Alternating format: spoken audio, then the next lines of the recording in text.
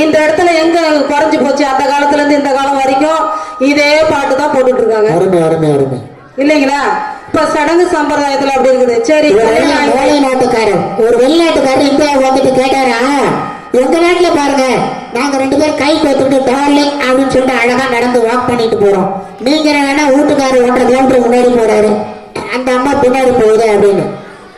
நம்ம நாட்டுக்காரன் பதில் சொன்னாயோ, ஏன் நீங்க எல்லாம் கை கோத்துட்டு போறீங்கன்னு நான் சொல்லட்டுமா? கை கோத்துக்கிட்டு போறேன்னா அவன் வேற அவங்களுடைய ஓடிவிடுவான். ஆனா எங்களுடைய தமிழ் கலாச்சாரம், இந்திய கலாச்சாரம் எத்தனை கிலோமீட்டருக்கு முன்னால் வாழ்க்கை துணை போனாலும் அவன் பின்னாடியே போகணும்.